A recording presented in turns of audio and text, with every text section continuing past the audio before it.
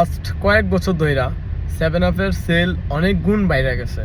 তার একমাত্র কারণ হইল এটা যেই 7up কইরা সাধারণ পাবলিক গিলা চিল্লাইতেছে,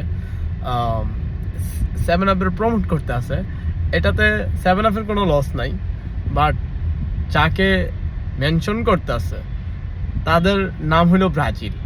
এই ব্রাজিল এমন একটা দল যেই দলের সাথে যারাই যুক্ত হবে তারা একটা ব্র্যান্ডে পরিণত হবে। সো ওই দলকে পছানোর জন্য 7up-এর প্রমোট যারা করতেছে তারা হয়তো এটাই জানে না যে 7up হইছে গোল খাইয়া।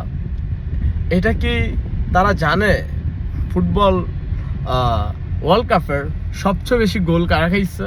যে জার্মানি আমাদেরকে গোল দিয়েছে, এই জার্মানি ফুটবল ইতিহাসে সবচেয়ে বেশি ওয়ার্ল্ড কাপের মধ্যে গোল খাইছে।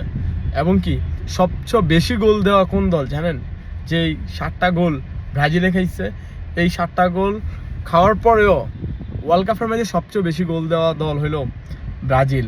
তাহলে এখানে একদিক থেকে জার্মানিরও নাম আছে, আরেক দিক থেকে ব্রাজিলেরও নাম আছে।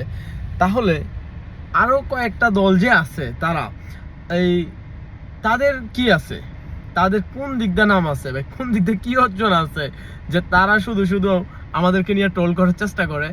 আমার জানার খুব ইচ্ছা তাদের দুই একটা অর্জনের কথা বলুক, যেই অর্জনগুলার কারণে তাদের বিশ্বের মধ্যে একটা ভালো পরিচিতি পাইছে বা নাম হইছে। হ্যাঁ, এটা ঠিক, তারা যখন সর্বপ্রথম ওয়ার্ল্ড কাপ জিতে, এটা বিতর্কতীয় শুধু বললে ভুল হয়ে যাবে। তাদের বিতর্কটা ছিল এরকম যে তারা ম্যাচ ফিক্সিং কইরা কইরা জিতছিল, দুর্নীতি কইরা কইরা ফার্স্ট ওয়ার্ল্ড কাপ নিছে। আর দ্বিতীয় ওয়ার্ল্ড কাপের মধ্যে তো তার চেয়েও বেশি অবদান, যে অবদানটা করছিল ম্যারাডোনা, তার অবদানটা হইলো এটা ফুটবল পায়ের খেলা, হাত দিয়া দিছিল।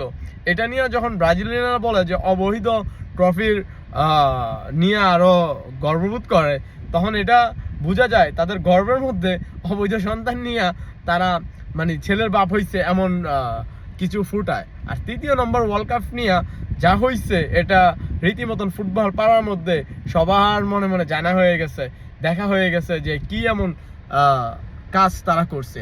এই ধরনের অর্জন ছাড়া ভালো কোনো অর্জন তাদের নাই।